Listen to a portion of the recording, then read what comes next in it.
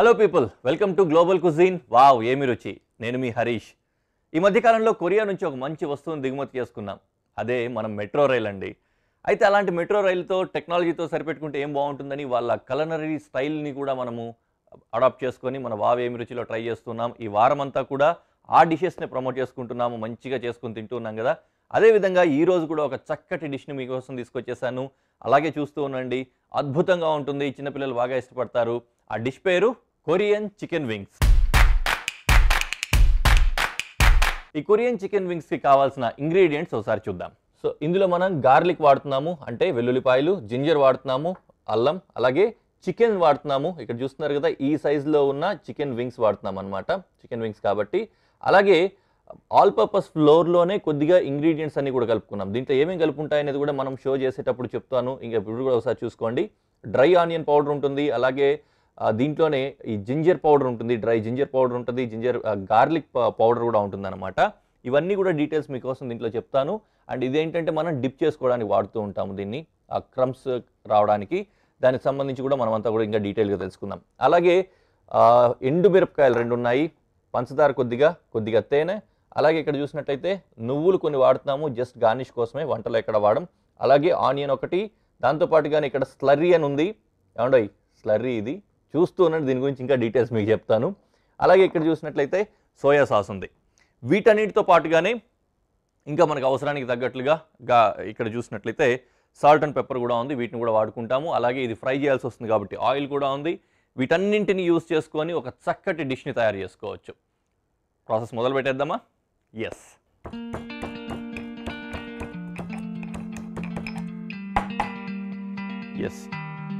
వెల్లుల్లిపాయ మాత్రం మొత్తం నలిగిపోయింది, కానీ ఈ జింజర్ మాత్రం అసలు దాంట్లో ఉన్న ఫైబర్ కంటెంట్ వల్ల అసలు క్రష్ అవ్వలేదు. మనకు తెలిసిందే ఎలా అవుతుందని.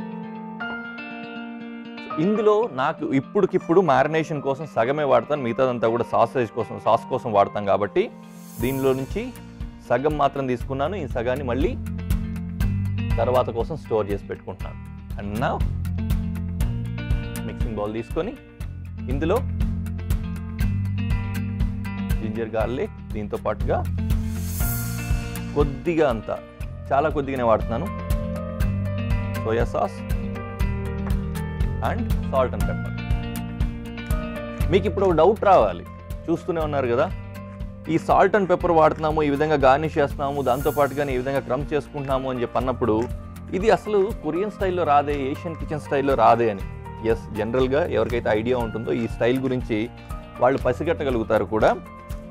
అందుకే మనం చేస్తున్న ఈ డిష్ని ఒక రకంగా చెప్పాలంటే ఒక ఫ్యూజన్ అని కూడా చెప్పచ్చు అనమాట. రీజన్ ఏంటంటే ఈ ప్రీ ప్రాసెస్ ఏదైతే మనం చేస్తున్నామో ఇదంతా కూడా అమెరికన్ వెస్ట్రన్ కుకింగ్ స్టైల్లో ఉంటుంది.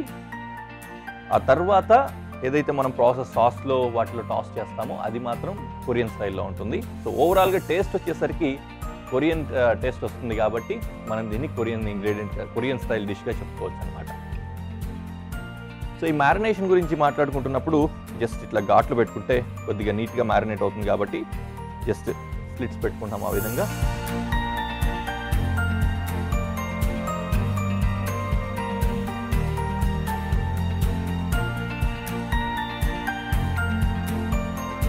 కలిసిపోయింది కదా, దీన్ని అలాగే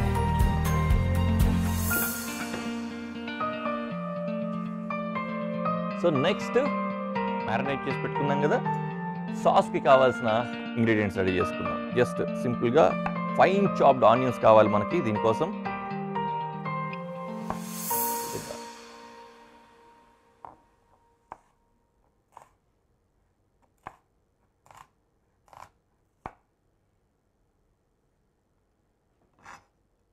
ఓకే, ఆనియన్స్ రెడీ అయిపోయాయి. దీంతో పాటుగా మనకు కావాల్సింది ఇది కూడా రెడీ అయిపోయింది. So we are good to go for sauce making.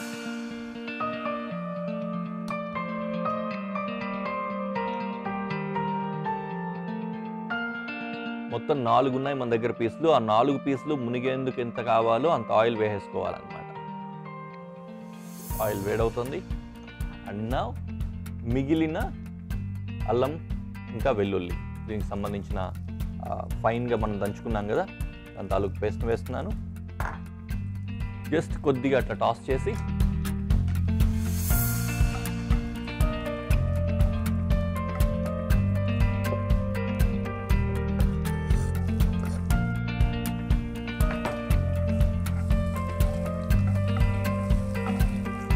Almost వేగిపోయాయి.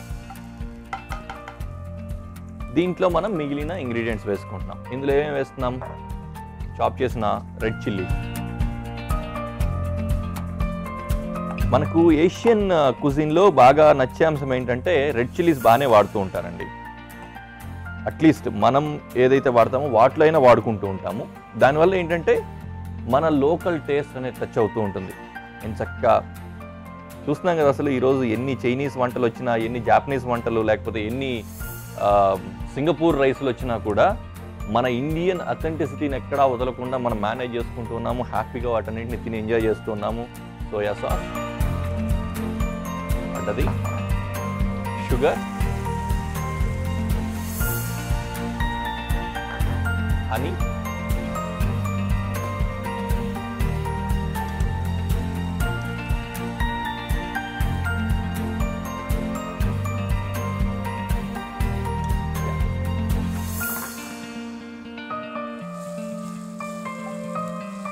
చక్కటి సాస్ రెడీ అయిపోతుంది. చూస్తున్నాం కదా, దీంట్లో ఇంకా వాటర్ వేస్తాం కాబట్టి సాసీగా ఉంటుంది. ఇంకా స్లరీ ఉంది అన్నట్టు ఇందాక ఇంగ్రీడియంట్స్ చెప్పేటప్పుడు స్లరీ గురించి చెప్తానన్నాను కదా, వాళ్ళకి గమ్మత్తైన విషయం.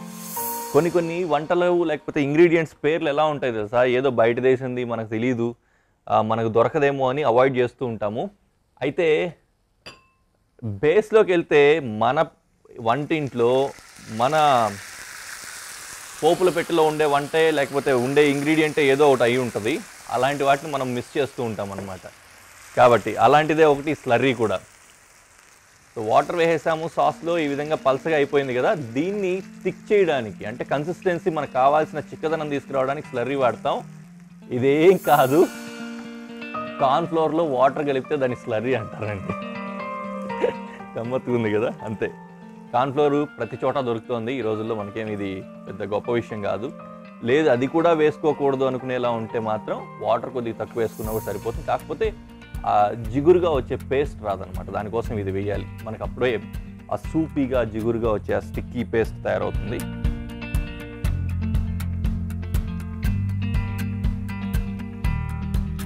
బాగుంది కదా, సాస్ నీట్గా వచ్చేస్తుంది. ఈ సాస్ ఏంటంటే దీన్ని సోయా గార్లిక్ సాస్ అని చెప్పి అనుకుంటాం. ఎందుకు? దీంట్లో బేసిక్గా సోయా సాస్ వేసాం కాబట్టి అదొకటి, అండ్ నీట్గా గార్లిక్ అంతా కూడా క్రష్ చేసి మ్యాష్ చేసి వేసాం కదా, అందుకు ఈ రెండింటిని కలిపి సోయా గార్లిక్ సాస్ అంటారు. వచ్చేసింది. ఇంకొంచెం కన్సిస్టెన్సీ రావచ్చు కాబట్టి ఇంకొద్దిగా వేస్తున్నాను. ఇది కంప్లీట్లీ ఆప్షనల్, మనకి ఎంత చిక్కగా కావాలి అనే దాని మీద ఉంటుందన్నమాట. ఈ ఫ్లోర్ అన్నాను కదా, ఈ ఫ్లోర్లో ఏమేమి ఉన్నాయి? ఆల్ పర్పస్ ఫ్లోర్ ఉంది దీంట్లో, అంటే మైదా పిండి ఉంది. దాంతోపాటుగానే మొత్తం 4 ఇంగ్రీడియంట్స్ ఉన్నాయన్నమాట. ఏంటి? జింజర్ అంటే అల్లంకి సంబంధించిన డ్రై జింజర్ పౌడర్ ఉంటుంది, గార్లిక్ పౌడర్ అంటే వెల్లుల్లి పౌడర్ ఉంటుంది, ఆనియన్ పౌడర్ ఉంటుంది, అలాగే సాల్ట్ అండ్ పెప్పర్ కూడా ఉంటాయన్నమాట. కాబట్టి సాల్ట్ అండ్ పెప్పర్ మళ్ళీ కలపాల్సిన అవసరం లేదు దీంట్లో. సో దీంట్లో ఇట్లా ముంచుకొని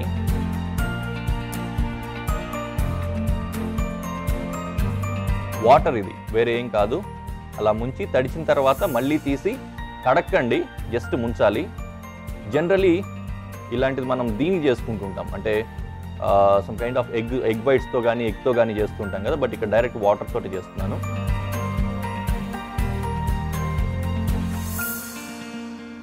డన్. మొత్తం వాటర్ అంతా అయిపోయేంత వరకు ఈ విధంగా అనేసి తీసుకెళ్ళి ఆయిల్లో వేసేయండి.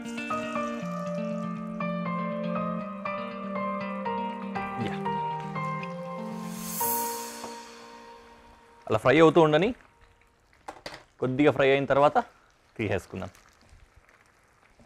ఆఫ్ చేసుకొని దీని నుంచి తీసి సాస్లో వేస్తున్నాను అనమాట. అయితే ఇందులో ఏంటంటే ఇలాగే వేడివేడిగా తీసి వేసేయాలనే ఉద్దేశం ఏం లేదు.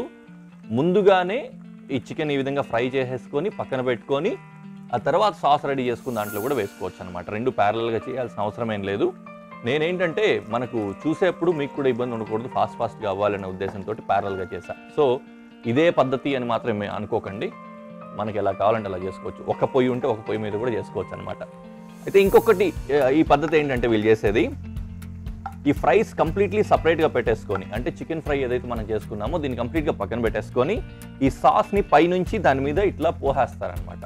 జస్ట్ పోర్ చేయడం, అలా కూడా తినచ్చు. బట్ మనకు ఎంతైనా ఇలా పడి వేగితేనే బాగుంటుంది అనే ఉద్దేశంతో నేను ఇలా చేస్తున్నాను. నాకు ఇలాగే ఇష్టం. మీకు ఒకవేళ అలా తినాలనిపిస్తే మాత్రం అలా చేసుకోండి, బాగుంటుంది. అండ్ ఈ ఎక్స్ట్రా సాస్ ఏదైతే ఉందో దీన్ని కూడా మనం సపరేట్గా డిప్ లాగా పెట్టుకొని ఇంకా కొద్దిగా ఎక్కువగా ప్రిపేర్ చేసుకొని, అంటే ఈ పర్టికులర్ సాస్ ఏదైతే ఉందో అది ఎక్కువ తినడానికి మనకు అంత కన్వీనియంట్గా అయితే ఉండదు. అందుకని లేదు మనకు కావాలి, కొంతమంది ఉంటాం కదా కెచప్లు ఎక్కువ తింటూ ఉంటాము, లేకపోతే వేరే సాస్లు ఎక్కువ తింటూ ఉంటాము, డిప్స్ తింటూ ఉంటాము. అలాంటి వాళ్ళు ఎవరైనా ఉన్నట్లయితే పక్కన ఒక కప్పులో పెట్టుకున్నా కూడా దాంట్లో మళ్ళీ ముంచుకొని తినొచ్చు అనమాట హ్యాపీగా. రైట్, మనదైతే రెడీ అయిపోయింది. స్టవ్ ఆఫ్ చేశాను, వంట రెడీ అయిపోయింది. డైరెక్ట్గా ప్లేటింగ్ చేసి ప్రజెంటేషన్లో ఎలా ఉంటుందో చూద్దాం.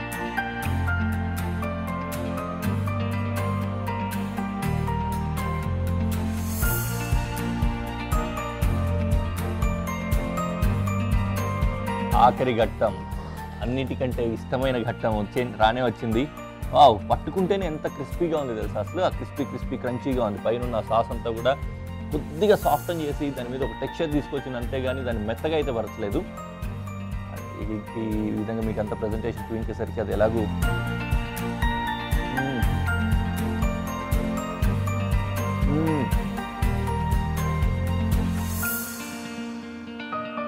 అద్భుత. షుగర్ వేసాం కదా, దానివల్ల టేస్టీగా స్టిక్కీ అది వచ్చింది, మంచి కన్సిస్టెన్సీ వచ్చింది, చాలా బాగుంది. వచ్చారా? చాలా చక్కటి చికెన్ చేసుకున్నాం కదా. సరే, వెజ్ కూడా చేసుకుందాం అనుకున్నాను, కాకపోతే సెమీ వెజ్లోకి వెళ్ళిపోదాం అని చెప్పి ఎగ్ తోటి అయితే తీసుకొచ్చేసాను. రెగ్యులర్గా మనం వండుకునే ఒక వంట అండి, ఏం లేదు, బజ్జీలు వేసుకుంటాం కదా అలాంటిదే, కాకపోతే బజ్జీ స్టైల్లో ఫ్రై కాకుండా కొద్దిగా డైట్ కాన్షియస్గా ఉండేలాగా కూడా దీన్ని ప్లాన్ చేశాము. ఆ విధంగానే ఒక మంచి కొరియన్ డిష్ని మనం ఈరోజు పరిచయం చేసుకోబోతున్నాము. దాని పేరే పాన్ ఫ్రైడ్ కొరియన్ జుకునీ. ఈ పాన్ ఫ్రైడ్ కొరియన్ జుకునీకి కావాల్సిన ఇంగ్రీడియంట్స్ ఒకసారి చూసినట్లయితే ఇందులో జుకునీ వాడుతున్నాము. జుకునీ అని పేరే పెట్టుకున్నాం కాబట్టి జుకునీ వాడుతున్నాము.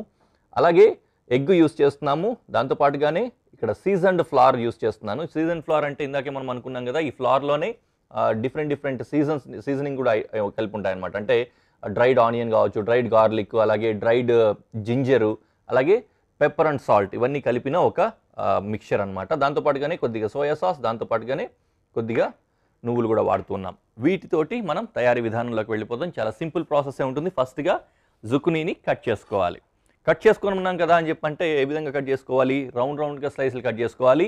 కానీ బంగాళాదుంపలో లేకపోతే అరటికాయ బజ్జీలో వంకాయ బజ్జీలో వేసుకున్నప్పుడు ఎట్లాగైతే స్లైస్లు సన్నగా కట్ చేసేసుకుంటామో ఆ విధంగా కాకుండా కొద్దిగా మందంగా కట్ చేసుకోవాలి. రీజన్ ఏంటంటే మనం బంగాళాదుంపలు కావచ్చు లేకపోతే ఇట్లాంటివి ఏవైనా కూడా మనం చేసుకునేటప్పుడు ఏం చేస్తామంటే వాటిని నేరుగా పిండిలో ముంచేసి బజ్జీలు వేసేసుకుంటూ ఉంటాం. ఇవి అలా నేరుగా వేయము, ప్యాన్లో ఫ్రై చేస్తాం. ఫ్రై చేసి తర్వాత బజ్జీ కూడా ఫ్రైయే చేస్తాం అన్నమాట. కాబట్టి ఎప్పుడైతే మనం వీటిని ఫ్రై చేస్తామో ఫ్రై చేసినప్పుడు పలచగా అయిపోతాయి, ష్రింక్ అయిపోతాయి. కాబట్టి దానికి సరిపడా విధంగా ఇవి కూడా సరిపోవు, ఇంకా కొన్ని తిందాం బాగుంటుంది కాబట్టి ఇంకోటి కూడా కట్ చేసుకుంటున్నాను. సో ఈ సైజెస్ చూస్తున్నారు కదా, ఆల్మోస్ట్ ఈ మాత్రం సైజు వచ్చేలాగా కట్ చేసుకోండి. దళసరిగా 1 సెంటీమీటర్ మందలం వచ్చే విధంగా ఈ మాత్రం ఉండే విధంగా కట్ చేసుకుంటే మనకు తర్వాత ప్యాన్లో ఫ్రై అయిన తర్వాత మిగిలినప్పుడు మరీ పలచబడిపోకుండా ఉంటాయన్నమాట.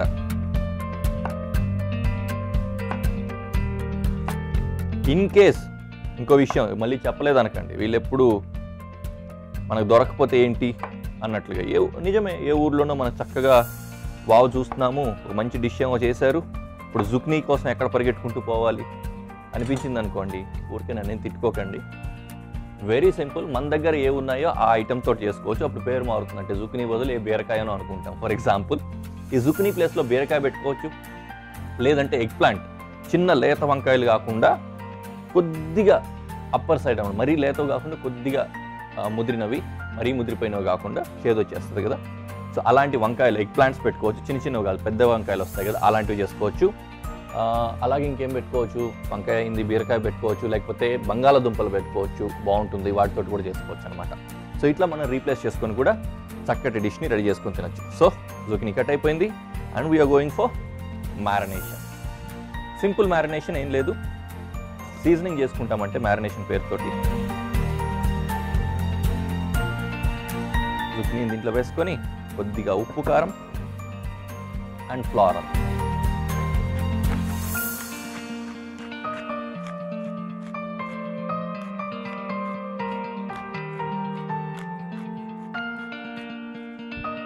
రైట్, పెప్పర్ అయింది. సాల్ట్ వేసుకుంటున్నాం కొద్దిగా.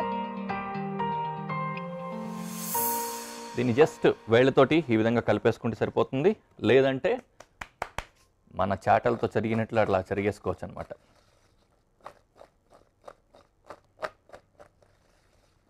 మిక్స్ అయిపోయింది నీట్గా. అండ్ దీని తర్వాత బైండింగ్ కూడా చేసుకుందాం అన్నమాట.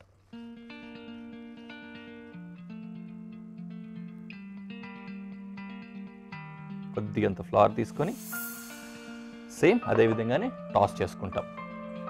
అయితే షెఫ్ స్టైల్లో ఎవరైనా చేశారంటే మాత్రం ఇలా చేయరు. వాళ్ళు ఏం చేస్తారంటే వాళ్ళ దగ్గర ఒక సీల్ చేసుకోవడానికి ఒక పాలిథిన్ బ్యాగ్ లాంటిది ఉంటుంది. ఆ బ్యాగ్లో ఈ ముక్కలన్నీ వేసేసి దాంట్లో పొడి వేసేసి ఇట్లా ఇట్లా కొడతారనమాట. అంటే గాలి నింపిన కవర్లో.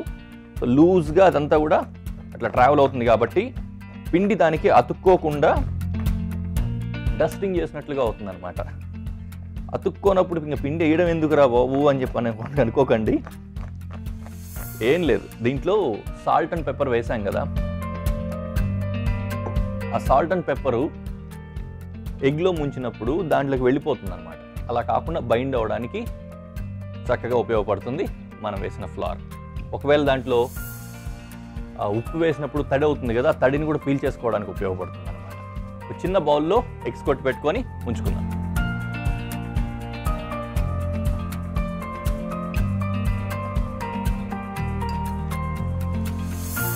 సో గుడ్లు కొట్టి పోసుకొని దీంట్లో వేసుకుంటాం అనమాట. సింపుల్గా బీట్ చేసేసుకొని బైండింగ్ కోసం దీన్ని వాడతాం. మామూలుగా మనం బజ్జీలు వేసేటప్పుడు ఏ విధంగా అయితే శనగపిండి కలుపుకొని వేసుకుంటామో అదే విధంగానే దీంట్లో గుడ్డును వాడుతున్నాం అనమాట.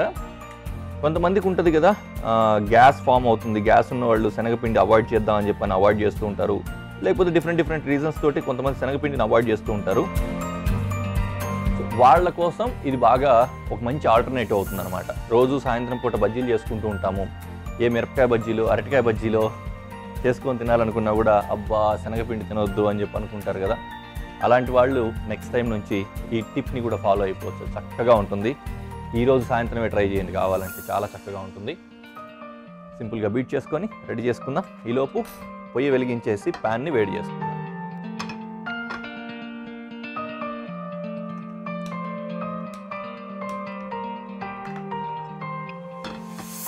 ఇది అవుతుంటుంది, దాని పనిలోకి వెళ్ళిపోదాం మనం.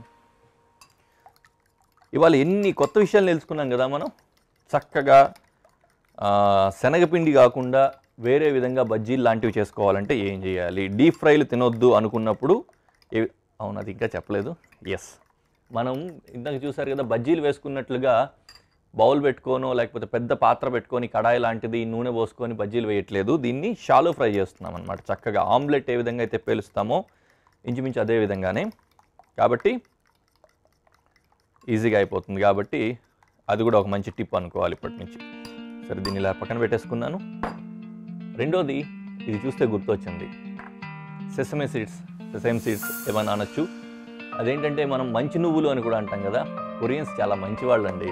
అందుకనే వాళ్ళు ప్రతి దాంట్లో మంచి నువ్వులు, మంచి నూనెలు లాంటివి వాడుతూ ఉంటారనమాట. ఎనీవే, దీన్ని ఇప్పుడు మనం ఒకసారి ఇట్లా ఫ్రై చేసుకుంటాం.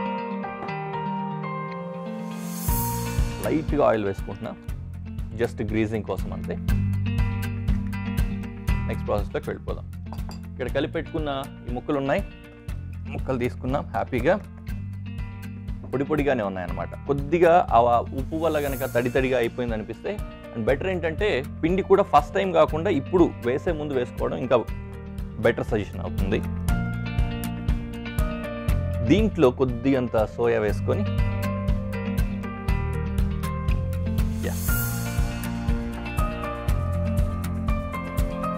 ఇప్పుడు మనకు దానికి ఆ అథెంటిక్ ఏషియన్ టచ్ వచ్చేసినట్టు అనిపించింది అనమాట. చూసారా, ఈ విధంగా వస్తుంది మిక్చర్.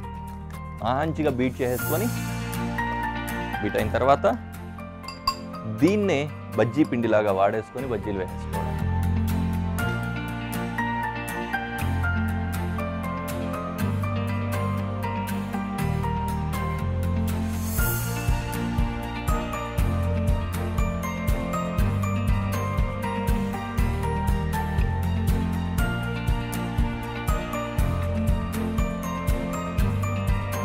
అవుతున్నారా?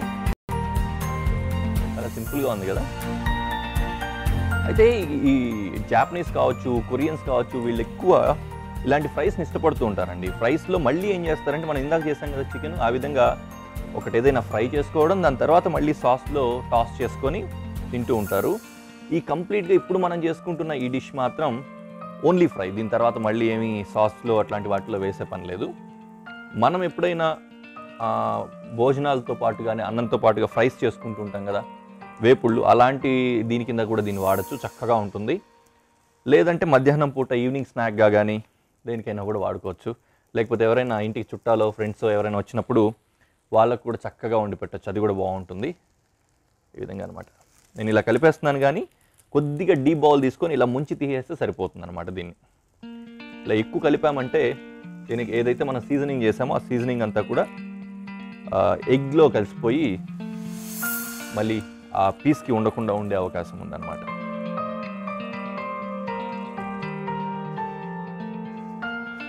కొద్దిగా ఆమ్లెట్ ఫ్రై అయిన విధంగానే ఈజీగా తొందరగానే ఫ్రై అయిపోతుంది కదా. కొద్దిగా ఫ్రై అయిన తర్వాత మనం రివర్స్ చేసుకుంటాం.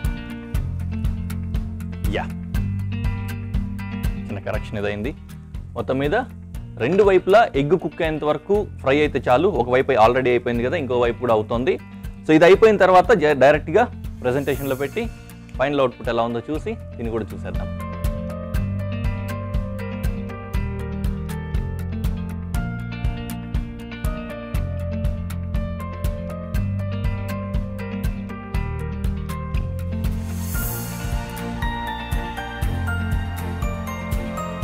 రెడీ అయిపోయింది. Time to go for tasting.